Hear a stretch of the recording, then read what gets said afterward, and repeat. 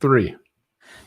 Welcome to On the Chain. This is Jeff here with co-host Chip. What is going on, everyone? What's going on, Chip? I'll tell you, Chip.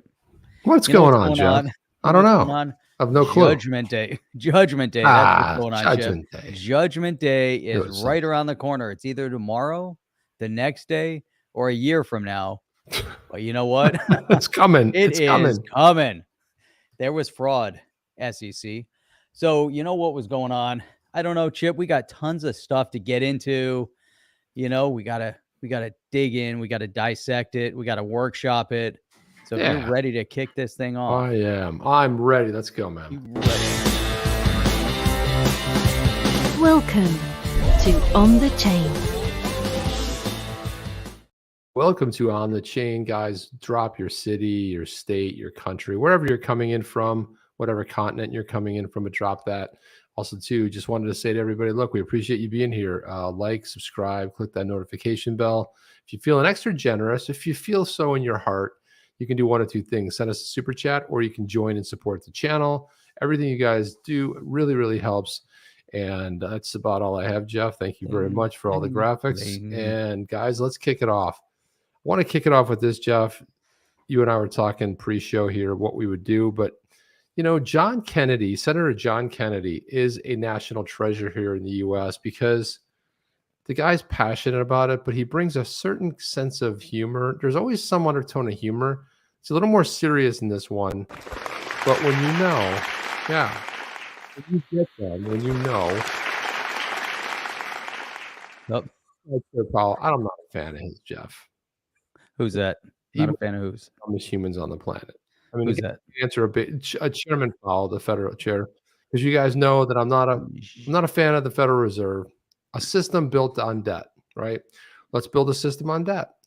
We'll give you $1. Well, then you're going to pay interest on it. Well, then you got to borrow another $1 and pay interest on the first $1, and you see how that gets out of hand. And next thing you know, 100 years later, it's upside down, and it's a crap show. Look at Patrick coming in from the Philippines. All the way from Very the good. Philippines. Jeff. So let's throw this up there. Let's listen in on this. But this is the hearing. There's a 2-day hearing with Chair Powell doing this the whole time. Can't answer a question. Can't say an intelligent answer. Is that how he did it? Something like that, Jeff. And then John Kennedy just hits it perfectly. Let's listen in here. Ready? Let's go. You're raising interest rates. You're raising interest rates to slow the economy, are you not? Yes, to cool the economy off. And one of the ways you measure your success, other than fluctuation in gross domestic product, is the unemployment rate. Is it not? Yes, one of the measures. Okay. So in effect, I'm not being critical. When you're slowing the economy, you're trying to put people out of work. That's your job, is it not? Not really. We're trying to restore price stability. No, you're trying to raise not wages. You're trying to raise the unemployment rate. That means I know you don't like the phrase, so let me strike it. You're trying to raise the unemployment rate, are you not? No, we're not trying to raise it. We're trying to realign supply and demand, which could happen through a bunch of channels, like, for example, just job openings. All right, let me put it another way, okay? The Economist did a wonderful study. Oh, so funny. They looked at 10 disinflationary periods in America going all the way back to the 1950s. Wait for it, Disinflation is what you're trying to do. It's a slowing in the rate of inflation. Am I right? Yes. In other words, prices don't go down, they just don't go up as fast. Deflation is when prices actually go down. You're trying to achieve disinflation, are you not? Yes, we are. Okay. Based on history, in the 10 times that we got inflation down, disinflation since the 1950s, in order to reduce inflation by 2%, unemployment had to go up 3.6%. Now that's history, is it not? I don't have the numbers in front of me, but yes, the standard has been that there have been recessions and downturns when the Fed has tried to reduce inflation. Now, right now, the current inflation rate is 6.4%, and the current unemployment rate is 3.4%. Now, if history is right, I'm not asking you to again blame anybody, but if history is right, unless you get some help, in order to get inflation down from 6.4% to, let's say, 4.4%, and the unemployment rate is going to have to rise to 7% based on history. That's Maybe what the 10. record would say. Okay. And to get inflation down to 2.2% based on history, an immutable fact, unemployment would have to go to 10.6%. Yep. Would it not? Yeah. I wouldn't. That's what the record shows. That's what the history shows. Yeah, I don't think that kind of a number is at all in I play mean, here. I know you're reluctant to admit it, and you don't want to get in the middle of a policy dispute. But I think it's undeniable. It's undeniable that the only way we're going to get this sticky inflation down is to attack it on the monetary side, which you're doing, and on the fiscal side, which means Congress has got to reduce the rate of growth of spending and reduce the rate of growth of debt accumulation. Now, I get that you don't want to get in the middle of that fight. But the more we help on the fiscal side, the fewer people you're going to have to put out of work. Isn't that a fact? Please answer. It could work out that way. Sir? It could work out that way. Yes, sir. Thank you. Thank you, Senator Kennedy. Senator Reid of Rhode Island is recognized. So, yeah, I just totally crushed him, Jeff. This is the best thing ever, right? Man, Because that was amazing. and Jeff, just like a great attorney, the way he led him down that row right off the cliff where he like hung himself off the tree, off the cliff, just perfectly well done, right? I'm not trying to blame anybody. Meanwhile, there's like 50 fingers blaming Chair Powell because the other thing the Fed is supposed to do, Jeff, is it's supposed to control inflation and it's also supposed to protect jobs, right? Those are like the two things, right? And those are the two things that it's failing at big time. It's kind of like what Gary Gensler is supposed to be doing as he protects retail investors. There seems to be a systemic problem in every single one of these agencies, and each one of them is failing at their job. And the issue here, Chip, and I think it's really important, as we start seeing the negative downturn of our financial infrastructure, our economy, we're really going to become more and more reliant on the assets that are going to potentially prop up the future economy, right? Yeah. And so if you get into, imagine, the deflation of the deflationary value of fiat currency as opposed to cryptocurrency. As crypto increases in value and fiat's decreasing in value, you can now buy less goods with the dollar than you could a year ago. If you go to the grocery store and you're now spending $150 for the same groceries that you spent $100 for a year ago, there's a problem, and your dollar's not going as far. And if you translate that into the possibility that DeFi is going to potentially be, I don't want to say a savior, but maybe it's going to become a stabilizing factor in the out of control situation that we're finding fiat currencies, not just in this country, because what impacts this country is going to have ramification around the world. But Chip, I think we're kind of heading in an interesting direction right now. Very interesting direction. And the timing is everything, isn't it? Before we get into that, Matt 59754, say that 5 times fast, Jeff. Thank you for that, Matt. He says, Chip, Jeff, hi from Seattle. Hello. Looking forward to Seattle. This fake lawsuit settling. Gary G is our daddy. Are you the daddy? Still one of the greatest things ever, Jeff. Yes, definitely. I mean, and the thing about it is when you think about the Federal Reserve, right? First thing I think about is like, we've gotten rid of 2 Federal Reserves. Every other country is struggling with and you know what Brad Garlinghouse would say about that? Holy shit. Like, let's not do that. That's a bad idea. A bad idea, Jeff. Holy shit. That's a horrible idea, And then you might say this. I mean, it's a horrible idea in so many ways, man. I mean, how do you deal with how bad it is, right? It's really crazy. I want to give a quick shout out to David R. from back in the beginning. That's way back in the day. At OG, DD the Dragon. What's up, Chip and Jeff? Been a long time since I made a live show. And Nice. here he is hanging out with us in a live show. So what's going on? There's a lot, man. There's some good commentary here. Really good stuff. We got Joni. What exciting times we live in. We're all experiencing a historical season. Man, history. You know, and sometimes with good, there comes bad, Chip. Uh-oh. We lost Chip. Hopefully he didn't lose his internet connection, but he'll be back. Let me go through some of these comments as we're going, and then we're going to get into some more good detailed stuff that we have prepared here for tonight. Brian, ladies and gentlemen, may I have your attention? All hands on deck. Incoming. Chip and Jeff, get your beverage and snack. It's time to settle in for a tasty treat of mind candy. Now, isn't that the truth? So here comes Chip. We kicked him out. That was Gary kicked you out. No, I clicked on the wrong thing, and the next thing I know, I was like, "What did I do?" And I couldn't put myself back in there. I was like clicking around like a nut job, and I was clickety click, and I clicked the wrong thing. Where did it go? Yeah, sometimes you just click off the wrong tab. So Electric John talking about the Shermanator. Brad Sherman was on Bloomberg Radio a couple days ago, saying the U.S. needs a new payment system like they have in England. Are we living in topsy-turvy land? This guy, what is he even talking about? I didn't see it. I don't know what he's referencing. He doesn't know. Is and what do they have in England that we don't have over here? Is there some newfangled payment structure PubGrub system over there? What's that? PubGrub. That's the best food ever. It's like PubGrub. The PubGrub, yeah, like pub food. It's fantastic. But is that a payment system? Maybe it's not a payment system. I'm glad you paid Tuesday for a hamburger today. That's right.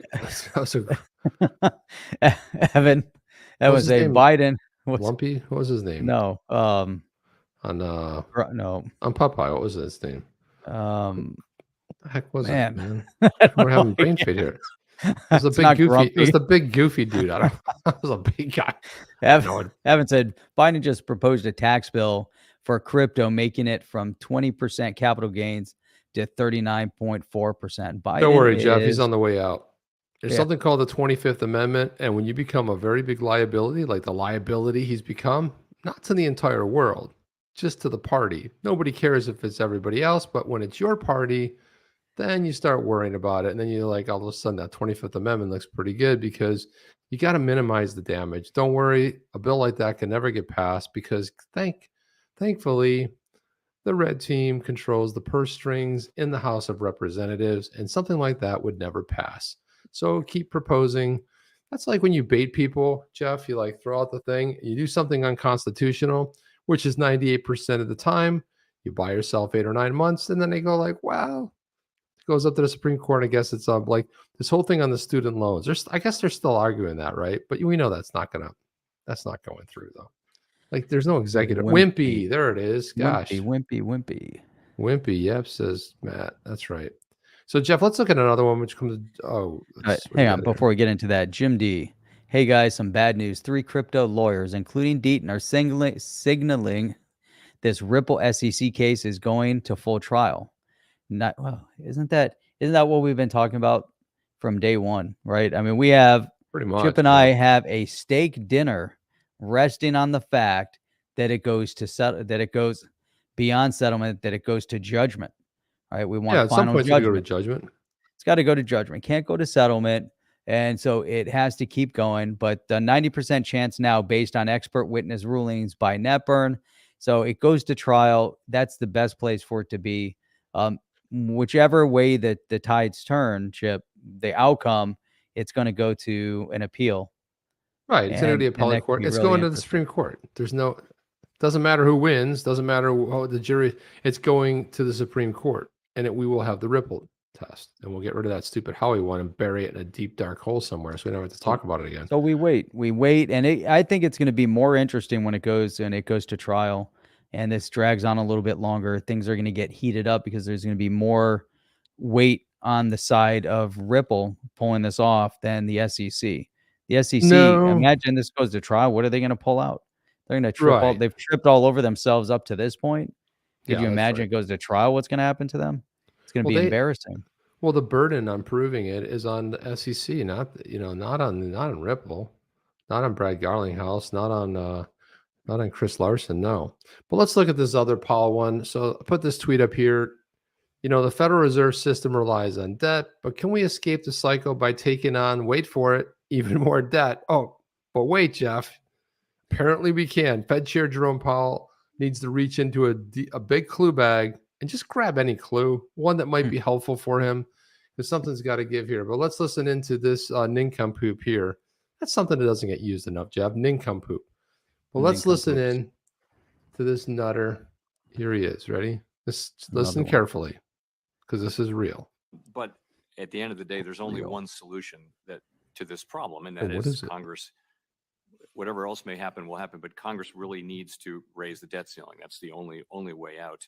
Is it? In a timely way that allows us to pay all of our bills when and as due. And if we fail to do so, I think that the consequences are hard to estimate.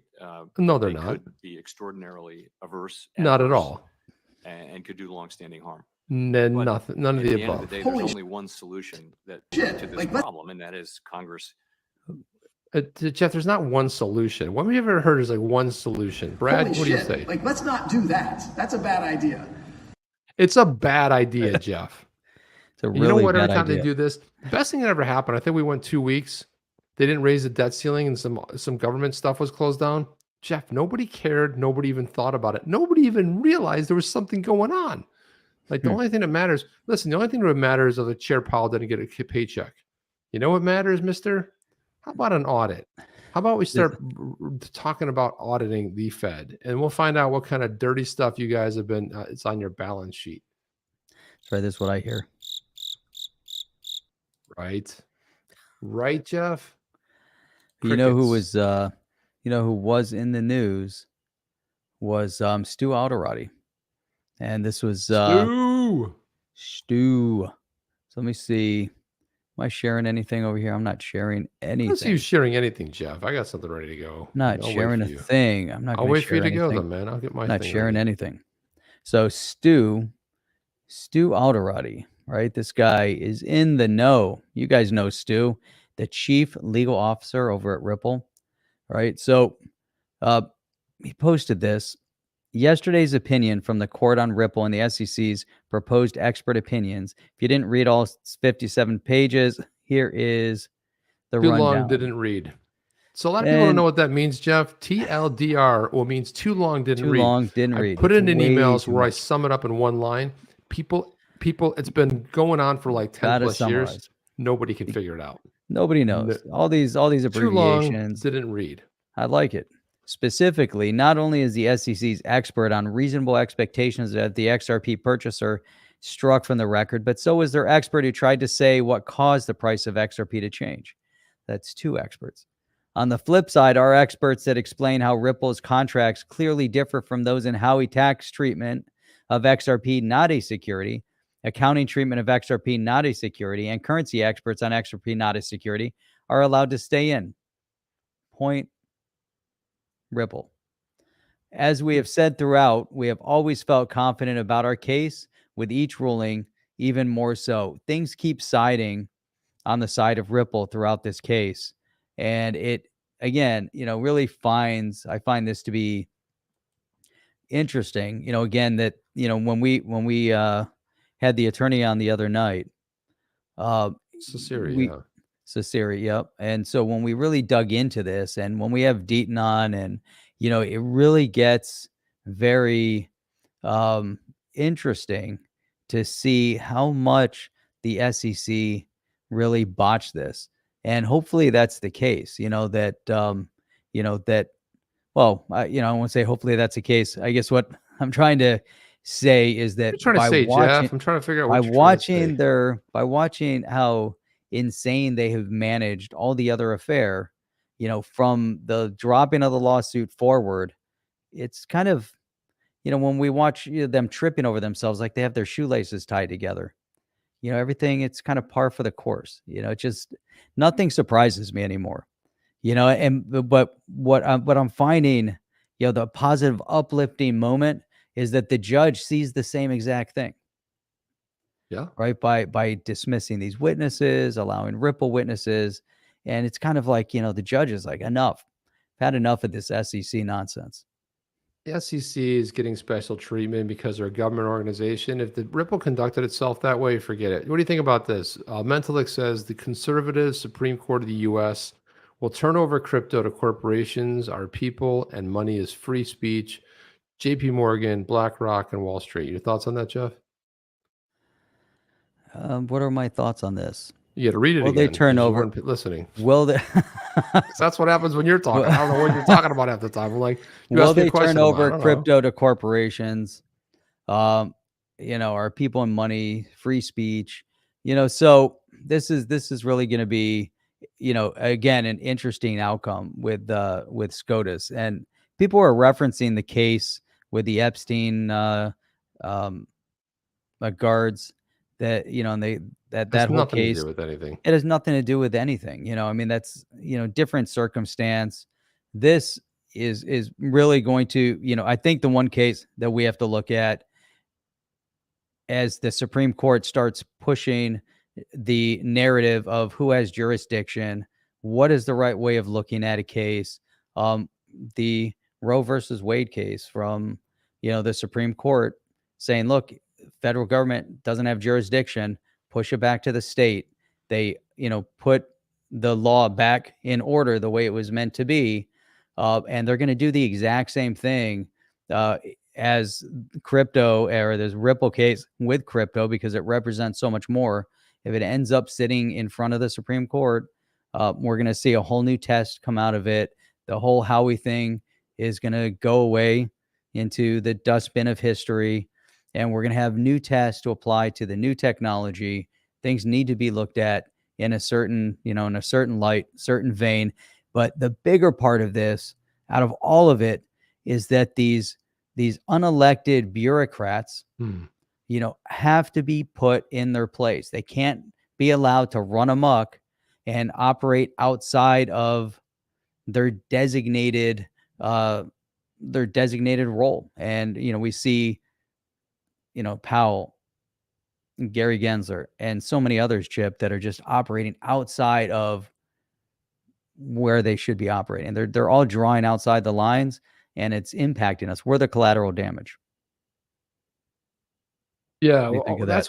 that's what we are, always the collateral damage. That's kind of like how it works. I mean, no matter what happens, we are the collateral damage. And SEC trying to protect investors, who's the one that gets wiped out? Retail investors. Who gets protected? With Mentalik, there's some truth of what he's saying there, as far as when we talk about, that decision early 2000s where, people are considered corporations. That was campaign finance, and being able to corporations be able to donate large amounts of money. And look how that's worked out. Just amazing. We got lemon tree there. Lemon trees in your thing. Yeah. How do you like that? There's headlines. How cool are the headlines? Dude, you could put a name and a headline. All right. I'm gonna take that under advisement for when I feel like putting something in there. Didn't know that. I didn't even know that was like a feature. Like, we've wanted so many features. Like, how about if you show what the super chat shows up as? Someone sends a super chat. How about you show that? How about we see other platforms? How about that? How about we see the poll? How about we see a lot of things? No, this is what they've come up with. Headlines. Because that was something people are like, please, can we get headlines? I don't understand what's wrong with you guys. Come on. I've been missing the headline under my name this whole time. I was like, what? And it's, I don't know what's it's just anyway. That's all I've been thinking about. Every time I look at our names, I'm like, there's something missing under the name. You know what it is? Headlines, Jeff. It's a headline. You've balanced it. You got a lemon trees on the left side. You got a lemon tree on the right side. It's perfect. Right. It's all balanced out. Wrath of Kahneman, not Professor Kahneman, not to be confused with Professor Kahneman, but here's some firm details regarding Palau and Ripple stablecoin and government FAQ. So a pilot includes 200 people, largely government employees. What could go wrong, Jeff? It's going to run, that's like a trial. It's going to run 3 months. Select retailers and government users will accept it. And the USD backed in cash, treasury, or other safe assets. And basically he's pulling this off their website there. This FAQ was released by the government, and it clarifies that it is a pilot. running for a short duration, which is 3 months, with the possibility of adoption at conclusion. Now, Jeff, I'll just say it is kind of an odd, it seems to me to be an odd one, but if you're going to do something, you would skew it towards the winning side if you really want to move it, right? So you get 200 people, check, and then you say, well, they're largely government employees. Like, excuse me, government employees, did you really like and enjoy this stablecoin? Be like, wow, of course we did, Jeff. Of course we It did. was Does my job perfect. depend on it? Yeah, it was like, am I going to get fired? Am I going to get fired? Are you going to reassign me to something in the basement? Do you think this is why they skewed it towards like largely, which means all? It's like 200 people, largely government employees. Okay, 198. Oh God, Jeff, when are we going to Antarctica? I don't know, but we need to go. We need to There's go. a We'll go hang treaty out that- with Paul, and we'll go hang out in the A Antarctica. treaty that every nation on Earth has signed since 1957. It's the only treaty that has not been broken. What's going on in Antarctica? That's for another show, Jeff. But So the treaty that everyone has signed is that everybody once in their lifetime needs to go and visit the Antarctica. it's not what the That treaty not is. it? You won't get That anywhere not near it? it, Jeff. If you're flying a plane, you'll be shot down. What's going on over there? That's Yeah. another show, Jeff. Yeah. I wear the tin. You're not going to make it. Jeff, I could seriously do a conspiracy show because I am into all the conspiracies. I go down rabbit holes and I'm like, can't come up for air. So We used to I don't have know. one. We used to have one, yeah. And just gotta be careful what you can say, but totally called it, right? Yes or no? Called That's it right. Yes. 3 years ago this month. We called it. Called it. We definitely went called off it. the air. And the weird part about that is you did it with another guest host, DNI, and I'm the biggest conspiracy nut between the two of you. That was a weird pairing, but it probably was better because that way it didn't go. I didn't have to. That was a lot of. censor It was myself a too lot much. of fun. It was completely a departure from my norm. Yeah, get it was into totally that. off. And then I wanted to put this right here is an amazing point, Jeff. Sometimes somebody puts a tweet thread out that hits home. It's so on point. But this is Sheila Warren. She's the CEO of Crypto Council, Pod, which is CoinDesk's Money Reimagined, mom of three. She has DeFi, this, blah, blah, blah. So I'm going to put this tweet thread up that she had. And this is a good one. She said, so the cognitive dissonance that I have around watching U.S. slowly offshore crypto while desperately trying to bring back the semiconductor manufacturing is wild. So I bring you semiconductors, a cautionary tale. So recently the White House announced its initiative to bring back the SMFR, which is a semiconductor, back to the U.S., desperately trying to catch up with global competitors after they chased them offshore. So SMFR, critical to national security. And so when we let it leave the U.S. decades ago, only a few predicted how critical it would end up being. The struggle we are seeing to bring back SMFR, or as I just say semiconductors, back to the U.S. is foreshadowing our digital future if crypto is pushed offshore. Yeah, because we could see similar fact sheets from the White House about bringing crypto back to America. And then, Yeah. So and it's interesting because this becomes a national security dilemma. Right? We lost all manufacturing of chips and boards and all the apparently all that stuff was really important. All the different chips and the boards and the other things that go along with it, to the point where they couldn't deliver vehicles. You can't get your car. There was a shortage of cars. There's still a shortage of cars. Still can't get a car. And that becomes a security dilemma where you're being controlled based on production from another country that's controlling the output, not because of C-19 or anything like that. These all of a sudden the supply chains completely completely fragmented and broke down. But yet, just the whole thing is, yet they were pumping out product like crazy out of those factories during the whole C-19 thing. They were pumping out more product than they ever had in history. And then all of a sudden there's a shortage. So, we don't have to get all in depth into that, but again, becomes a security dilemma, just like pushing crypto offshore becomes a security dilemma also for this country, especially if whole financial infrastructure are being migrated over to the decentralized finance away from centralized, or, we just don't get it. We don't get to tap into it, or we do tap into it because we know what's best for our own outcome. That's exactly right. So when we think about this, so she's landing a good point. She's like, well, how did we get here? Well, semiconductor chips are essentially the brains of electronic devices. Without them, electronics can't work. So when the pandemic supply chain disruptions kept auto manufacturers from getting chips, the new vehicles would sit incomplete because they're missing one single chip. One chip. And it probably One chip. They just didn't come on the chain. They could have found the one chip. Right here. Hello, everybody. One chip, right? Yeah. The U.S. invented semiconductors in the 1960s and then led development of the industry's first few decades. But since 1990, the U.S. share of global chip manufacturing, Jeff, shrank from 37% to 12%, largely due to U.S. underinvestment, neglect.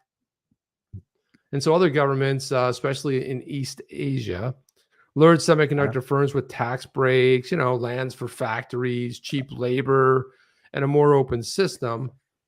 And so the U.S. investment in chip manufacturing was driven by a strategic misstep. In the 90s, U.S. firms decided to specialize in semiconductor design, outsource the semiconductors. Taiwan, by contrast, focused long-term to be an essential country for the chip industry.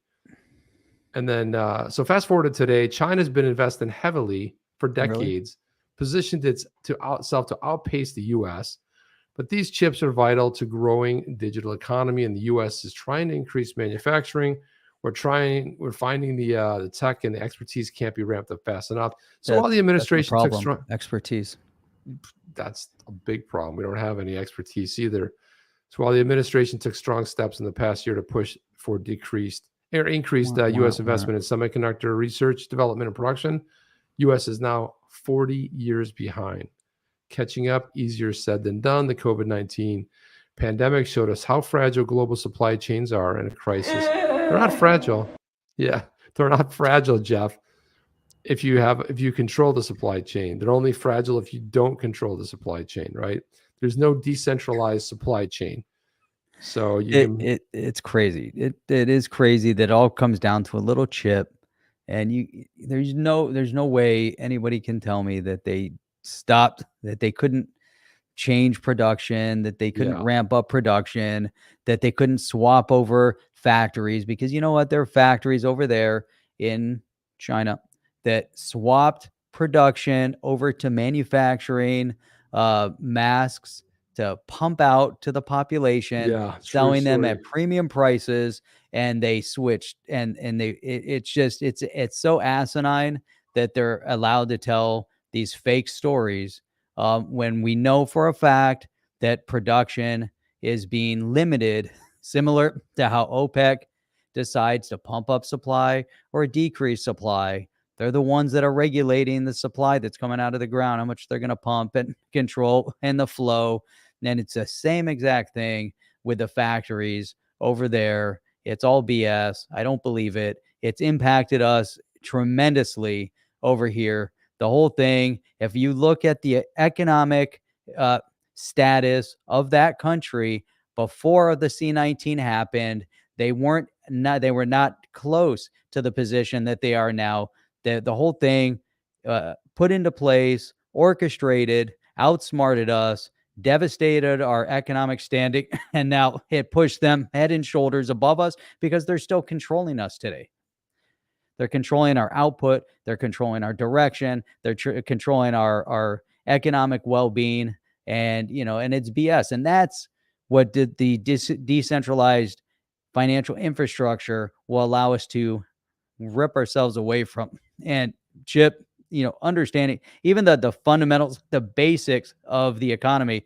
The reason why chips were pushed overseas is because production here went on to supposedly bigger and better things, and chips had to be cheap. So like for all those reasons they were stating, they were in factories that basically had labor they weren't really paying for, and child labor and all those other things in the Apple factories and all the other factories. And so, let's go with the Apple factories, Jeff. I hate to tell you, but all your Google phones and the Nike, and your Samsung, all of them, right? Yeah, no, all of them. Every single one of those. Kids have to eat too, Jeff. I mean, quite honestly, it's like as long as it's like healthy conditions. I mean, I'm against. Yeah, like, you know, let them work because they got to support the family, and you don't want to, if they have to work to support the families, then hey, you know what? But man, the whole thing, it sickens me. It really does. It's time to bring it home. Let's bring chip manufacturing. It doesn't have to be in the U.S. You just bring a bigger percentage over here. Make sure that India gets a bigger control. Allow friendly nations that are growing by leaps and bounds to have that kind of production. by the way, Jeff, maybe that. do you know where Apple's moving a lot of its production? India. Hopefully, India. India. What an amazing place. India is an a safer amazing place. It's the better place to do it. I'll just finish off by saying the U.S. is at a point where decentralized technologies, where it was when it led semiconductor manufacturing decades ago. The U.S. pioneered research, entrepreneurship, and investments around blockchain software since Bitcoin was first deployed in 2009. And then the U.S. also pioneered the regulatory approach for combating illicit finance and crypto. Data shows that the U.S. crypto ecosystem had a lower percentage of illicit finance than others, and people lost a lot of money, more so than others as well. I made that. That's not in here, but I just said that because FinCEN paid attention to crypto exchanges early on. So the U.S. has been, the U.S. has been at a place where the crypto industry has blossomed the most, given the U.S. a strategic edge for the advancement of Web3. But we're on the verge of losing that edge this time. We are. Some think it's somehow a good thing, and most of those people are the blue team. And just the dumbest people on the planet, which collectively make up Congress. So the current environment is driving crypto entrepreneurs, investors, and developers, other jurisdictions, which are welcoming and more open to innovation.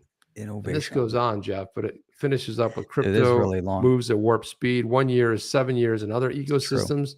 Nobody knows what the future holds or how this ecosystem will grow. But if the U.S. loses crypto businesses as other jurisdictions double down on the tech and the industry, we'll find ourselves playing catch up again. But there won't be catch up in crypto. There will be destruction, Jeff. Total mass destruction. It won't even be mustard. It's just, and the funny thing is like the capable people can't get elected, but a guy who's been sitting in a hospital for a month now, people don't know if he's alive or dead, was elected to Congress. He couldn't even put a sentence together that made sense. It made the resident in the White House sound like a genius. And it's pathetic. She's my new favorite. It really is. I mean, since we thought about doing that, and steady with the sound effects, I just spit my whiskey spilled. That's awesome. But Snail the Whales, what was that sound clip? All right. Well, I'll show you what the sound. I'll show you what the sound. Pull that up is. again. That's Hang on a second. Brilliant. I got this, Jeff. Let me look for this. This was something we played on the show a couple. Okay, so ETH conference, right? There was ETH Denver going on, and it just seemed like a lot of fails were coming out of there. Although there was one positive thing, because I have a video that was actually a good thing. Although that's really completely debatable. Let me see where this is. Let's see. Here it is, right here. You found it? Yep, here it is. All right, let's do a joke about Satoshi. Wait, don't you have to play the song first? Huh? Don't you have to play the song first? Let's play the song in a second. The first one. We can play this one. Yeah. We'll do this one first. This is going to be like one of our greatest hits. This is ETH Denver. Oh, and I don't know what's going on, Jeff, out there. I don't even know what's going on with people that why I don't get this, but let's listen in. The only thing that disappeared faster than Satoshi was all of our money in FTX. When you bomb on stage and you know it, and you're talking to people who many of them may have had money on FTX, I'm sorry, man, that just doesn't play well in this room. FTX. All of our money in FTX. Oh, God. Right? Holy shit. Like, let's not do that. That's a bad idea. That's a horrible idea, Jeff. Horrible idea, Chip. That's a horrible idea. Thank you, Kate. First of all, Kate Hud, the superhero, always on the mark with the super chats. Single-handedly keeping on the chain afloat. Thank you, Kate Flood. Thank you, man. You don't know what that means to us. But let's play the song, Jeff. Play somebody the song. thought, This song needs to go. They need an award for this. Jeff, was there a committee or somebody that would like look at this and say, like, This is a good idea. like that's a really bad idea, right? But here it is. They're gonna sing. Oh yeah, this is a great. This always works at the ETH conferences. Let's have them Singing sing. and rapping and anything And like that on rapping. stage. Now, what makes it worse are the orange or what are these gold jumpsuits that make it Oh, look like God. they just descended down from the heavens from some kind of a weird cult.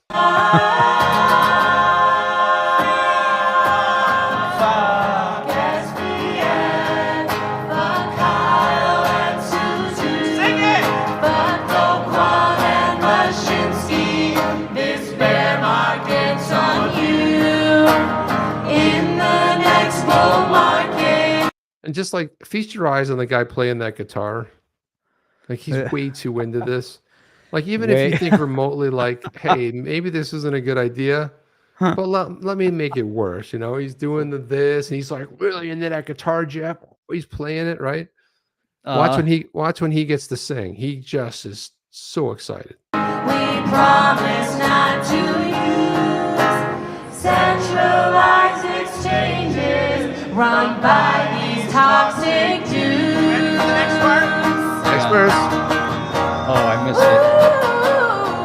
It goes, not your keys, not your coins, when will we? So the words to this are This is F, so. SBF, F, Kyle and Sunju, F, Duquan and Mishinsky. The bear market's on you. And the next bull market, we promise not to use centralized exchanges run by these toxic dudes. Oh my God, these Not guys your are. keys, not your coins. When we ever learn, we'll take heed from the one and only call of the Bufficon.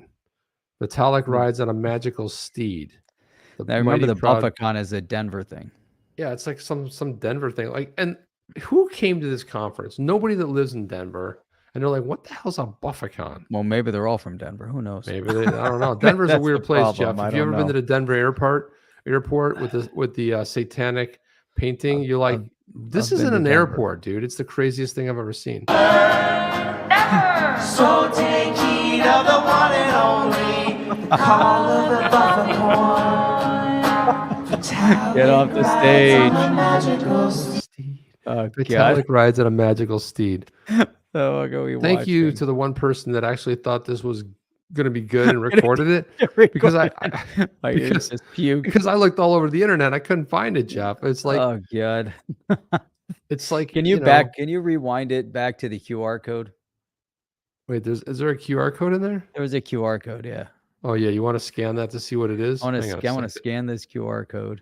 Let me see if I can find it again. Gosh almighty, let's see. It was right in the beginning, just as you're. Scroll forward a little. Let me just no. forward.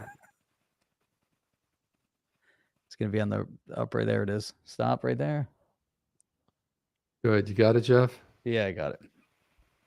What is it? The ETH Denver website? Does it tell who these people are? Mint Song Edition, FSBF 0.0069 of an ETH. Sale has ended. FSBF. You can also bid on the 1/1 of this song here. Song a Day World Auction 5174. The winner of the 1/1 will get half the ETH from the sales of the editions. And then they played the song. So basically, that song has become an NFT, I guess. Who cares, Jeff? This is like, it's embarrassing. I'm just so glad Song I a downloaded day. the video because I'm sure it's going to get deleted at some point.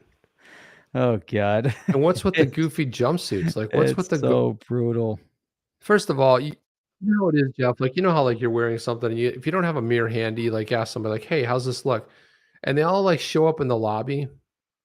Now I've got some weird stories about trade shows, which is another time. I've been at them, I've exhibited, you exhibit. We've seen a lot of weird stuff. Now, if I see a bunch of people showing up in these weird gold jumpsuits, I avoid them like the plague. I'm like, Jeff, my stay away God, from here these. they go. I mean, and they zipper down and they're like just wearing them. It's ridiculous. Right. Crypto, you said phone virus. I scanned the QR code. Probably my phone just puked. Sean Thompson, Jeff, No, they and are not. Chip They are and not. Jeff. No what way, the F? Sean. They're Oh, not no. music artists. I They think are they not. were. No, they are not think music they're artists gonna- whatsoever. What are those music awards? Not an Emmy, but there's something else you can win. Jeff, the thing was John Deaton was on with Charlie Gasparino the other day.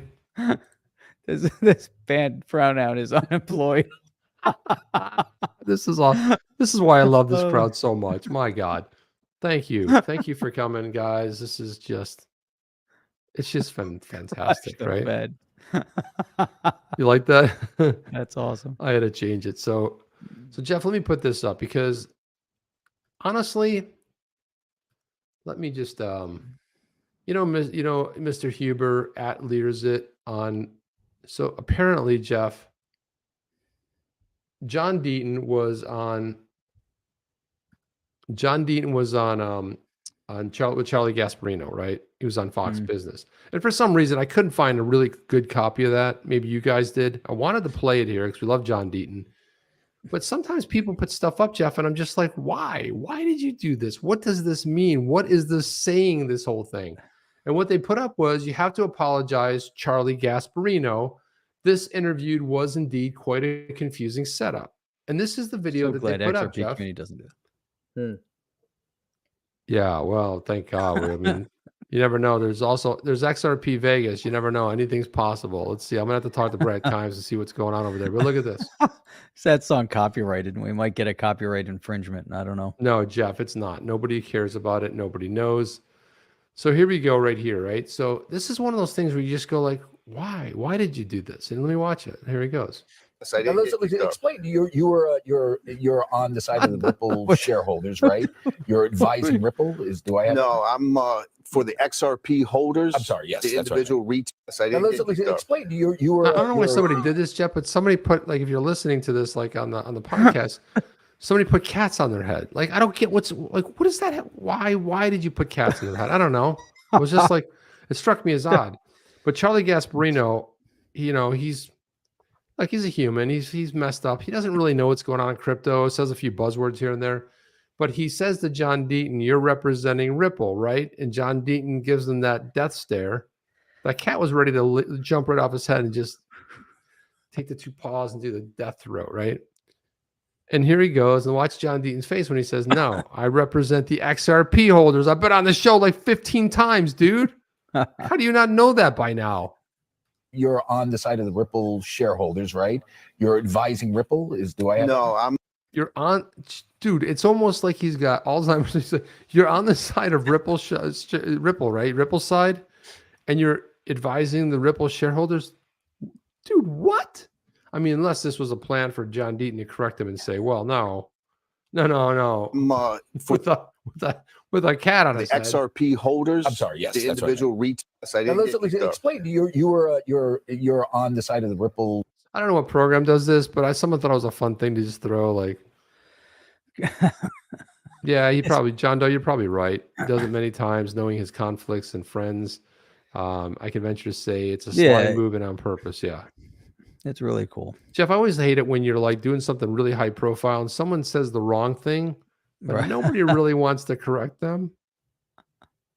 I don't know. Sometimes I've corrected them and everything just goes downhill. Sometimes it's not a good thing. But I thought to myself, gosh, that's just a weird thing having a cat on your head. I don't know what you're going to do. I don't know why that's a cat on his head. I mean, it's funny. Look, I don't get it. So Adam Chip, by the way, real quick, just by the way, with all the SEC stuff going on, you realize the SEC keeps losing over and over and over again. SEC snubbed as Voyager wins court approval for sale to Binance. The ruling allows a crypto lender a path out of its bankruptcy, but it still has to undertake some due diligence with Binance US before the final sale. And this was a big one because it went up. The judge said, you know what, SEC, forget about it. The approval was granted by the U.S. state's bankruptcy judge, Michael Wiles, on March 7th, which came after 4 days of arguments presented by Voyager and the SEC. So, and that was it, man. The SEC did not. Well, I have something for the SEC for their big loss here. So there you are.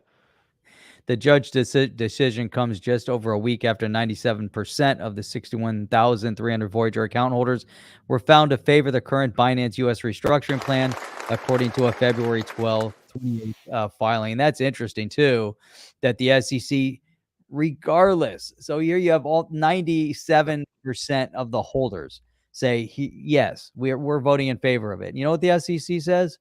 No. Jeff, who's that judge's decision? Is it Wiles? Who's the? Let's give that judge some kudos, because this is a judge saying, "Get out of here, sit down, go over there and sit down, you nuts." Shut up. 97%. Oh, you mean the retail investors, the one the SEC is supposed to protect? The SEC is off the rails. Every government agency is off the rails. Complete bedlam, Jeff, is what we got. I don't know who the. Does it say who the judge was? What does it say? Who's that Brian dude? Judge Wiles. Judge Wiles. Kudos to Judge Wiles for doing the right thing and telling the SEC to take a chair in the back before he smacked. First of all, Judge Michael Wiles knocked him off the chair, took that wooden chair and smacked him right across the head. And here it is right here. Wiles rejected a series of arguments by the SEC that the redistribution of the funds from Voyager to Binance would violate U.S. securities law. Oh, God. All right. I cannot put the entire case into indeterminate deep freeze while regulators figure out whether they believe there are problems with the transaction and plan. Peter Arnoff, a lawyer with the Department of Justice, said at the hearing, it's considering appealing Wiles. Of course they're going to appeal, because it benefits the people at the end of the day, because 97% said, yes, let's try to find a way out of this, because otherwise, you know what, you get zero. I mean, it's zero or try to find a way out of it. And they're trying to find a way out of it. But, you know, the SEC is so caught up in anti-crypto ideology that they're willing to, again, the people become the collateral damage. That's it.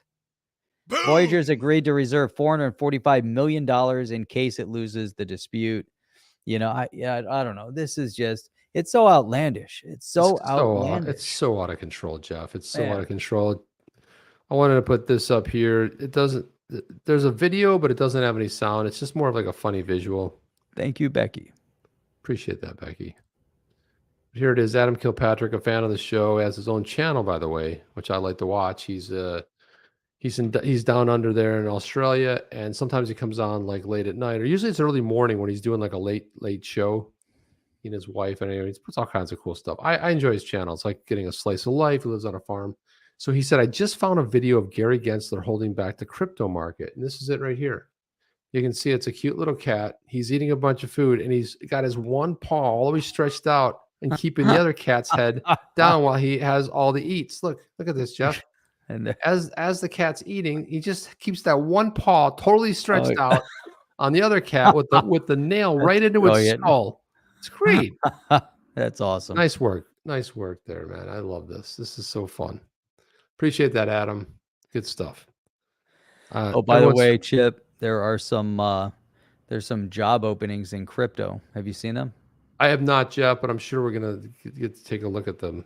So it's a big one. So Kieran Kelly had posted this, looking for an experienced crypto hacker must have at least 10 years experience, discreet and fast on your feet. Serious applicants only. Ecos said SPF is free now. Kieran said too chubby, need light on the feet. Do you prefer white hat or black hat? Is an interview required, or would you Zoom call work? I love these. Video of fastest 100 meters will suffice. There you go. On your That's feet. some funny stuff, Jeff. Oh, the replies were hilarious. There was one after another. Crypto jobs. See what it says now underneath my name? I'm a serious hacker. I'm going to qualify for that position. You're serious hacker, Jeff. I'm a serious hacker. But are you fast on your feet? Not that fast, Jeff. That is the question. I wouldn't say I was fast. I would say like, you know. And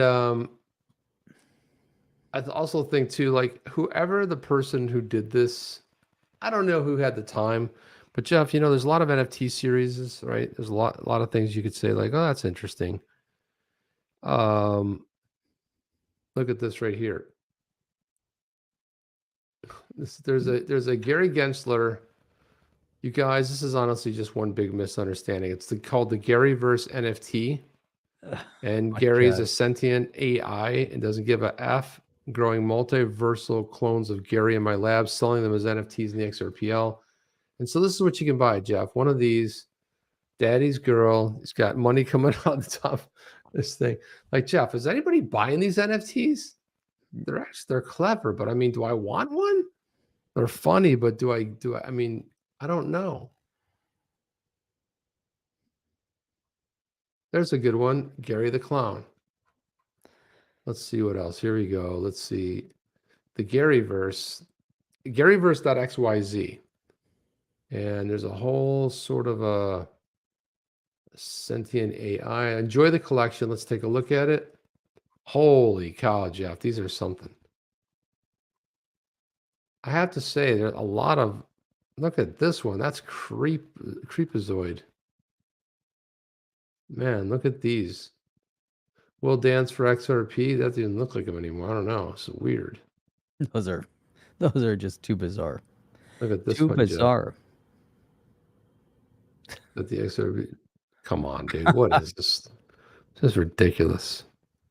Bizarre. That's over the board, over the top. So Chip, apparently on the chain, is now a landowner in the X-Specter Metaverse, which is pretty cool. So there's these X-Specter land sales that went on. There's some land being sold, and you can go over there. You know, why should I purchase Specter land? And kind of gets into it a little bit. Then you're going to own these little plots, and so you could figure out where's the discounted prices, like how much do you want to, how big of a plot of land do you want, how many of these little hexes do you want to own, and then you can actually build on them. So you can build a statue. You can put the zoom in on those so we can see. Yeah, I'll put a statue on there, Jeff. It's just showing you the size of it. That's the Statue of Liberty. Shows you how big it is. There, you could put the Colosseum. You could put Jade. That's a big one. the Taj Mahal. I think that's what that is. You Yeah. could Then, put that thing over in Australia. Was that the Opera House? so we have the Opera House. Ours is the Opal, Jeff, right there. That one on the left. We got the Opal, and then you can go all the way down. You can put this little tiny house on it. There's another little house. So I mean, guys, I mean, like, so plots. on the chain is setting up in the X-Specter verses, they're calling it, but the pretty excited about that. You know, we've had Dirk on the show, and it's been great. I mean, the X-Specter project, one of the coolest NFT projects to hit, you know, period. I mean, it's right up there with the X-Punks, and hopefully we'll be right up there with the Badass Yetis, but who wants to live forever? And then, so I wanted to show this because just kind of just show a little bit about what we got here. How come it's not? There you go. So we're expanding X-Specter Metaverse. Purchase the Opal land. The land pre-sales live. Guys, don't miss it. The thing is, you get a 30% discount, and it's like, otherwise, if you wait, you snooze, you lose. You know how that works. But here we go. Here's a little animation here. So there's the gold one. There's the platinum one. There's the palladium. And here it is right there, the Opal. On the chain, right there, baby. We'll be building on the Opal. Yeah. See that, Chip? Well, don't worry, Mark. We creates a created them. series of So Badass Yetis. I'll definitely get one of those. that's good, Mark, because don't worry. We made them, and they're coming out. Chip, do you have anything to share on the Badass Yeti front? Let me stop this silly share first. Let me see. You got to have something really cool. We came up. There's some amazing. They're coming to a conclusion. Now comes the fun part. We're now taking these amazing Yetis, and we're going to start adjusting, adding metadata. Jeff, you know what? Why don't we go with the that whole part of mentalists? that? Oh, show the mental. The mentalists are amazing, and I think you guys might have seen the mentalists, but the mentalists are awesome. It's just an amazing part of the Yeti. Up there, Jeff. So let's throw some different tribes up there. So the original story had more tribes, but then we've come down to 4 tribes. Within each of the 4 tribes, there are different classes, and the mentalist is in one of the 4 tribes, and they're really, really cool. But as far as the technical structural aspect of it, it's amazing. Anyone who's put an NFT together probably knows, has gone through the process, but putting the metadata into these and the way we made the art, it's not, like normally people are layering that and doing all this stuff. So it's going to be an interesting process, Chip, really interesting. And we've learned so much in such a short period of time, Yeah. but check out this. These are the mentalists, and the mentalists are just extremely cool. Yeah, so here's the mentalist. We'll pop through some of these other ones. Why is it doing that? Okay, here we go. The mentalist. There's another one. There's a mentalist. There's another one. But these guys are pretty cool. And you got these. That guy's kick ass. Look at that, man. He'll cut you right open. Cut your belly right open with that knife. And then we've got the fire yetis. These guys can actually like materialize fire. That's how badass they are. So that's how sick it is. So they are a badass Yetis, baby. So there you go, Mark. They'll be coming out. And Please tell me one of the tribes has a whiskey ritual. Well, they'll yeah. have a whiskey ritual. We have a whiskey ritual, Jeff and I. One thing you'll know about Jeff and I, whiskey, coffee, badass Yetis. And listen, we're going to take some of these badass Yetis in the Expectorverse, and we're going to let them run wild. We're going to release them one time, like in the middle of the night, and they're just going to terrorize the Expectorverse. It's going to be awesome. It'll be fantastic. It'll be all over the Expector world. Yeah, it'd be awesome, right? So there you go. But that's it. That's all we got for tonight. It is Wednesday. I can't believe it's Wednesday. We'll be back Saturday morning, 8 a.m. Eastern Standard Time. Chip, any parting words? Yeah, I'm going to say thank everybody for coming, and of course, K-HUD for single-handedly paying all the bills around the OTC universe, because we do have them. But thank you for that. I really appreciate your support. Always there for us. And again, I kid. Best way you guys can support us is to share it, right? Share it with people you know, on social media, Facebook. If that's still a thing, people on Facebook, I've been on there in years. Facebook, Insta, TikTok, whatever you guys want to do, share it. And that's it. Not on you guys are TikTok. the biggest and brightest, smartest, and all that. So that's all we got, Jeff. You ready to get out of here? That's all we got. I'm ready to get out of here, and we'll check you guys out on the next one. next one. Out. Are you down with OTC? Please like, subscribe, and click the bell to be notified when the next video drops.